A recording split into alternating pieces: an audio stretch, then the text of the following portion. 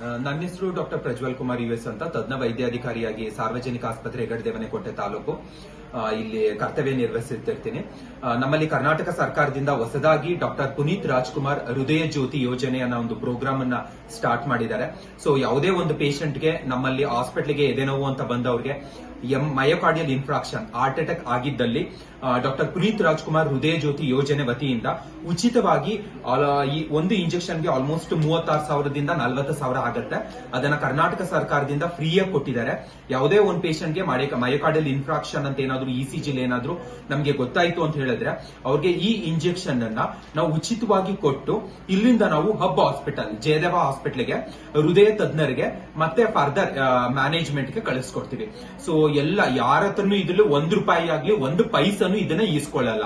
ಇದನ್ನ 36,000ದಿಂದ 40,000 ಆಗುವಂತ ಇಂಜೆಕ್ಷನ್ ಅನ್ನ ನಾವು ಫ್ರೀ ಆಫ್ ಕಾಸ್ಟ್ ಪ್ರತಿಯೊಬ್ಬರಿಗೂ ಕೊಡ್ತೀವಿ.